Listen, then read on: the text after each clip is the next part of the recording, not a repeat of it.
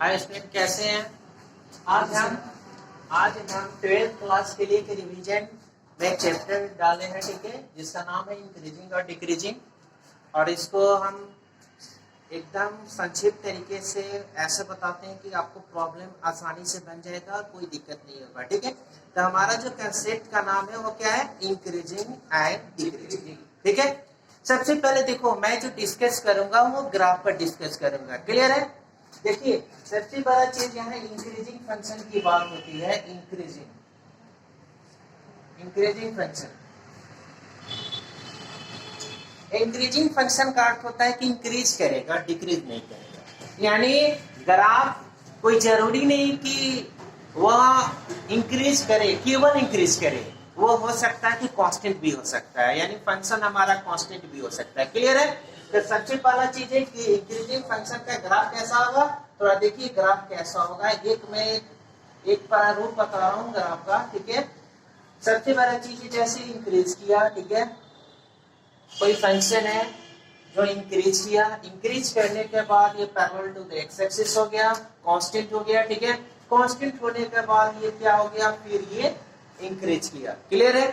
तो सबसे बड़ा चीज यहाँ पर ये है कि आप अगर देखोगे तो यहाँ पर अगर x1 लेते हैं, ठीक है, और यहाँ पर अगर x2 लेते हैं, तो दोनों का जो फंक्शन का जो वैल्यू होगा, वह जो हाइट होगा ना, वो हमेशा इक्वल होगा। इसका हाइट क्या होगा बताओ? fx1 होगा। इसका हाइट क्या होगा? fx2 होगा, क्लियर है? क्योंकि x1 और x2 जो है हमारा दो पॉइंट्स है जो एक्स एक्सिस पर लिया गया है, ठीक है। ये दो पॉइंट्स है आपका जो एक्स एक्सिस पर लिया गया है, और यहाँ पर fx1 fx2 के बराबर हो सकता है, ठीक है, क्लियर है? लेकिन जब यहाँ आप लीजिएगा, यहाँ अगर x1 ले लेते हैं, ठीक है, और यहाँ पर x2 ले लेते हैं, तो क्या होगा? यहाँ पर अगर x1 ले लीजिएगा तो fx1 की जो वैल्यू होगी वो डेफिनेटली f ऑफ x2 की वैल्यू से छोटी होगी, क्लियर है? तो इंक्रीजिंग फंक्शन का अर्थ ये होता है कि जैसे जैसे x की वैल्यू बढ़ेगी वैसे वैसे फंक्शन की वैल्यू बढ़ेगी या कांस्टेंट रहेगी, क्लियर है? दोनों केस संभव है। तो सबसे पहला चीज ये होता है कि हम लोग ने पढ़ रखा है, क्या पढ़ रखा है कि जब कोई फंक्शन इंक्रीज करता है तो वहां पर क्या होता है? f(x), इस ग्राफ के लिए f(x) क्या होगा? इस ग्राफ के लिए f(x) ग्रेटर और इक्वल टू 0 होगा, क्लियर है? जो कि इंक्रीज कर रहा है। लेकिन कोई लाइन अगर एक्स एक्सिस के पैरेलल हो जाएगा तो यहाँ पर f(x) क्या होगा? यहाँ पर f(x) हमारा 0 हो जाएगा, क्लियर है? अगर कोई ग्राफ फिर इंक्रीज करेगा तो इस ग्राफ के लिए हमारा f(x) क्या होगा? f(x) हमारा ग्रेटर और इक्वल टू 0 होगा। पहले समझिए, हम लोग चैप्टर पढ़ चुके हैं, मैं रिवाइज चैप्टर रिवीजन कर रहा हूँ। तो रिवीजन में मैं इतना ही बता रहा हूँ कि जब कोई ग्राफ या जब कोई फंक्शन इंक्रीजिंग फंक्शन होता है तो क्या होता है? या तो ग्राफ ऊपर की तरफ जाता है या कांस्टेंट हो जाता है, क्लियर है? तो सबसे बड़ा चीज है कि किसी भी फंक्शन का ग्राफ डोमेन में ही खींचा जाता है। कहाँ खींचा जाता है बताओ? तो पहला पॉइंट अगर दो तो f(x) is said to be increasing function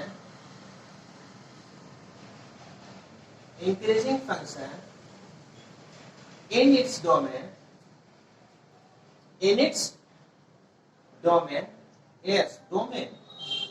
की बात हो रही है जहां पर फंक्शन एक रियल वैल्यू देता है।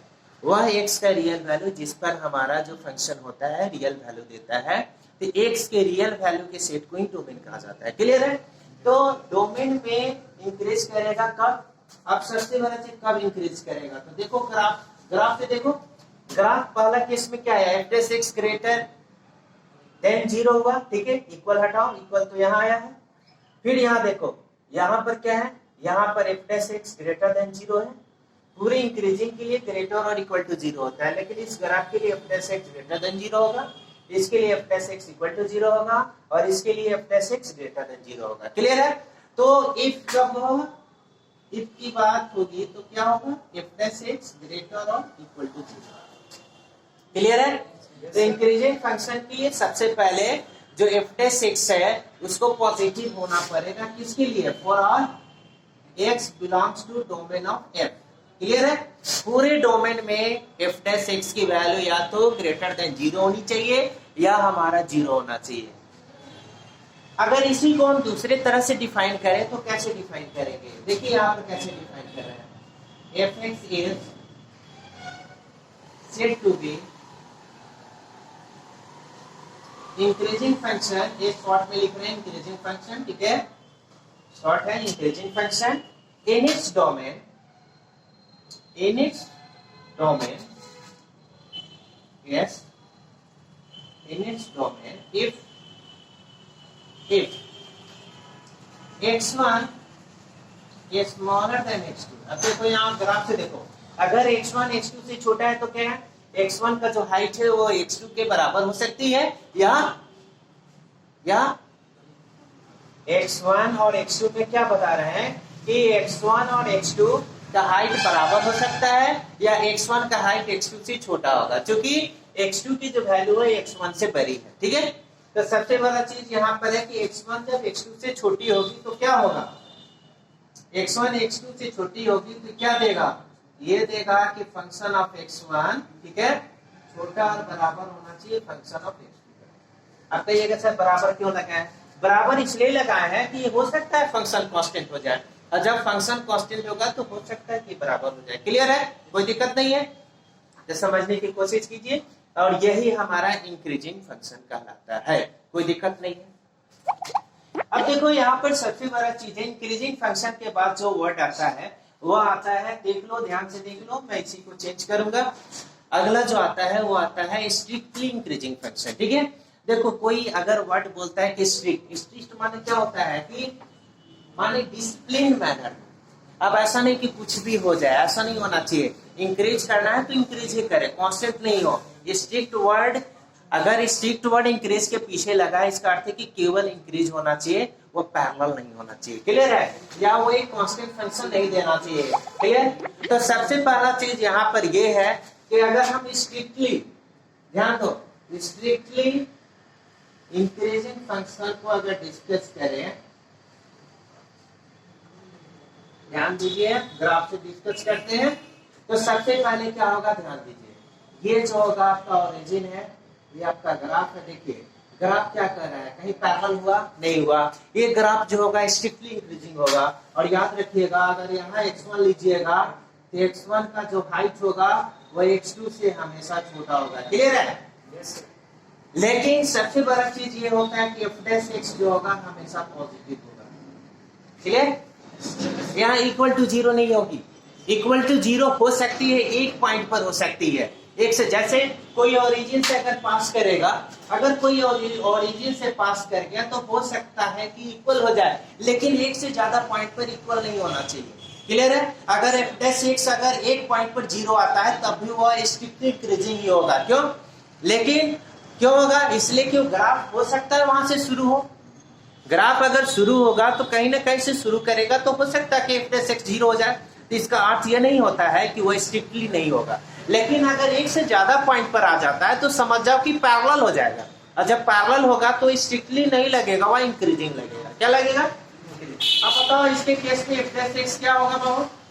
f' हमेशा पॉजिटिव होगा। तो आपने क्या जाना, स्ट्रिक्टली इंक्रीजिंग के लिए क्या होना चाहिए, f' हमेशा पॉजिटिव होना चाहिए, 0 भी नहीं होना चाहिए। ठीक है? अगर 0 होगा तो एक पॉइंट पर होगा, एक से ज्यादा पॉइंट पर नहीं होनी चाहिए। क्लियर हुआ? अब देखो दूसरी तरह से अगर डिफाइन करें स्ट्रिक्टली को, अगर x1 is smaller than x2 है, बताओ अगर x1 x2 से स्मॉलर है तो क्या x1 की हाइट x2 की हाइट के बराबर होगी? कभी नहीं होगी। हाइट मतलब क्या? फंक्शन की वैल्यू। आप कहोगे सर x1 की हाइट क्या होगी? अरे हाइट मतलब होगा f of x1, ठीक है? x2 का हाइट का अर्थ हो गया f of x2। क्लियर है? f of x2 होता है। क्लियर? तो जब हम x1 is smaller than x2 करेंगे तो डेफिनेटली क्या होगा, हमारा जो होगा फंक्शन ऑफ x1 क्या होगा, वह एक स्मॉलर होगा फंक्शन ऑफ x2। क्लियर है?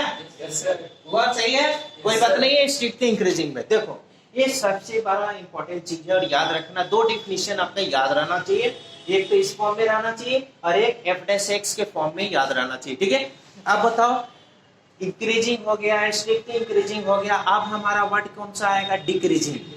अब बताइए डिक्रीजिंग को कैसे डिफाइन करेंगे? तो डिक्रीजिंग को भी जो डिफाइन करेंगे वो डेफिनेटली कैसे करेंगे, तो जैसे मैंने इंक्रीजिंग फंक्शन के डिफाइन किया उसी तरह डिक्रीजिंग फंक्शन को करेंगे। थोड़ा ध्यान दीजिएगा, डिक्रीजिंग फंक्शन होता क्या है, लिख रहे हैं और ग्राफ से बता रहे हैं।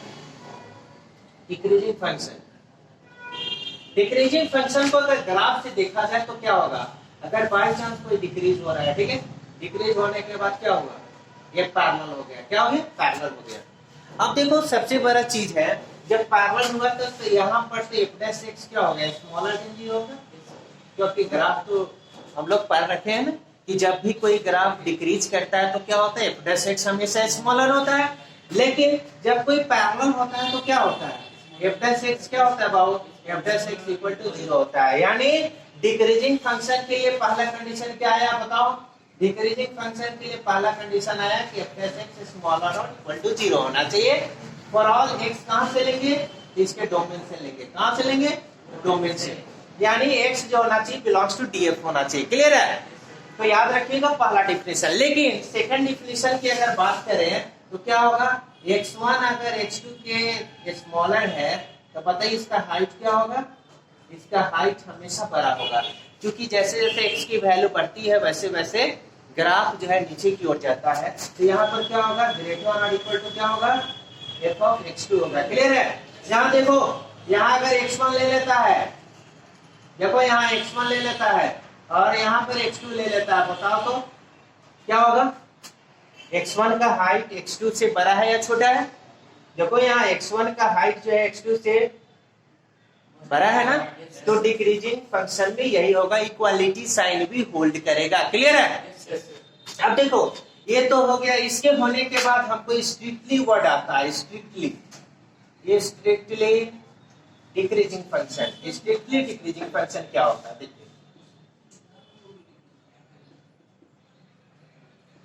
देखो स्ट्रिक्टली माने होता है कि डिक्रीज करना, वो पैरेलल नहीं होना, कांस्टेंट फंक्शन नहीं होना। क्लियर है, तो जब आप ग्राफ जब खींचेंगे, डेफिनेटली जब ग्राफ खींचेंगे तो क्या होगा, ऐसे होगा और ये हमेशा नीचे की ओर जाएगा, ठीक है, कहीं पैरेलल नहीं होगा। जब पैरेलल नहीं होगा तो f' क्या होगा बाबू, f' हमेशा स्मॉलर देन 0 होगा। याद रखिएगा, जब स्ट्रिक्ट वर्ड लग जाएगा तो f' क्या होना चाहिए, हमारा स्मॉलर होना चाहिए, ठीक है, पूरे डोमेन पर, पूरे डोमेन की बात हो रही है। तो याद रखिएगा दूसरा जो कंडीशन है कि अगर x1 x2 से स्मॉलर है तो fx1 जो होना चाहिए वो क्या होना चाहिए, ग्रेटर होना चाहिए किससे, fx2 से। क्लियर है, तो x1 का जो फंक्शन का जो वैल्यू है वो x2 से बड़ा होना चाहिए। क्लियर हुआ कि नहीं हुआ।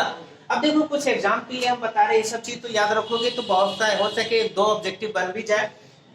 दूसरा चीज जो सबसे इंपॉर्टेंट चीज होता है कनकेव अपवर्ड और कनकेव डाउनवर्ड। इसमें क्या होता है थोड़ा हम बता रहे हैं, थोड़ा ध्यान दीजिएगा, ठीक है, मैं इरेज करता हूं इसको।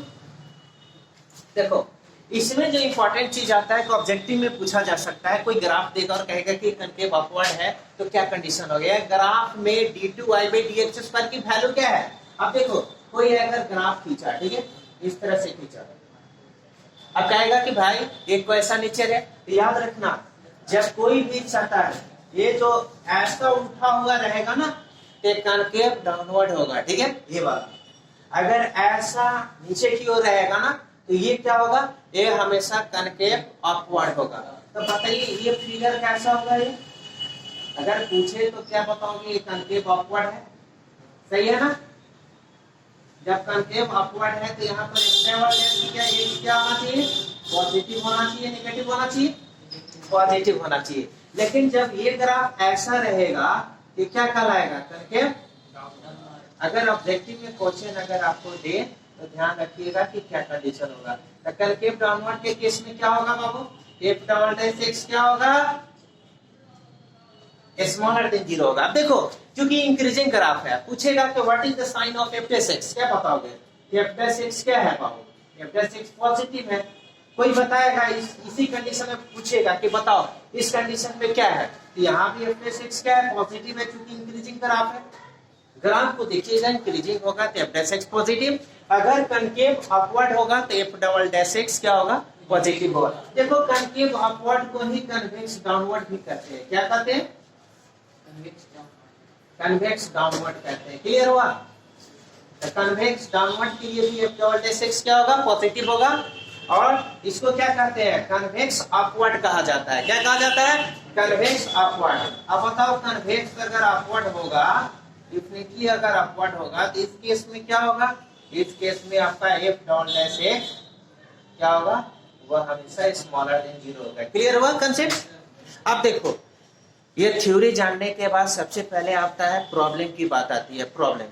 प्रॉब्लम में सबसे इंपॉर्टेंट चीज ग्राफ होती है। ग्राफ अगर आपके पास है तो हमको लगता है कि साइन एक्स यानी टीगो से रिलेटेड, लॉग से रिलेटेड आराम से आप इनइक्वालिटी को हल कर लीजिएगा। क्लियर है। एक इनइक्वालिटी हम अलजेब्रिक का लेकर आपको हल करके दिखाते हैं। देखिए क्लियर हुआ है सब, ठीक है। देखो यहाँ पर एक एग्जांपल मैं ले रहा हूँ, थोड़ा ध्यान देना। जैसे कोई कहेगा कि एफ एक्स बराबर है 2x by 1 plus X square या 1 प्लस एक्स स्क्वायर, कहेगा कि बताओ वह इंटरवल बताओ जिसमें वह इंक्रीज करता हो। अब बताओ इंक्रीज कर रहा है, तो इंक्रीज कर रहा है तो सबसे पहले तो हमको एफ टेस्ट एक्स निकालना चाहिए। बताओ तो सभी लोग एफ टेस्ट एक्स क्या होगा, एनीबॉडी? एफ टेस्ट एक्स क्या होगा, 1 प्लस एक्स स्क्वायर होगा, इनटू क्या होगा 2 होगा, माइनस क्या होगा 2x होगा, इनटू क्या होगा डी बाई डी एक्स होगा, है ना।